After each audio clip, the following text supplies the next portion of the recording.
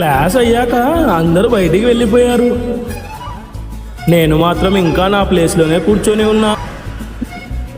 ఎందుకో వెళ్ళాలని అనిపించలేదు. అప్పుడే తను నా సైడ్ నడుస్తూ వచ్చింది. నేను తనని చూడగానే నా హార్ట్ బీట్ ఒక్కసారి స్పీడ్ పెరిగింది. ఎందుకంటే ఇది ఎక్స్పెక్ట్ చేయలేదు. ఏం చేయాలో అర్థం కాలేదు. అలా కూర్చొని చూస్తున్నా. మాట్లాడాలా లేదా అని కన్ఫ్యూజ్ అయ్యాను. నేను మాత్రం కామ్గా కూర్చున్నా. తను నా డెస్క్ దగ్గరికి వచ్చి నా నోట్స్ ఇచ్చింది. థ్యాంక్స్ అని చెప్పింది. ఆ ఒక్క వర్డ్ కూడా నాకు చాలా ఎక్కువ అనిపించింది.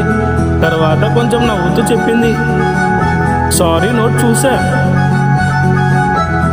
ఆ నవ్వులో కొంచెం క్లారిటీ కనిపించింది.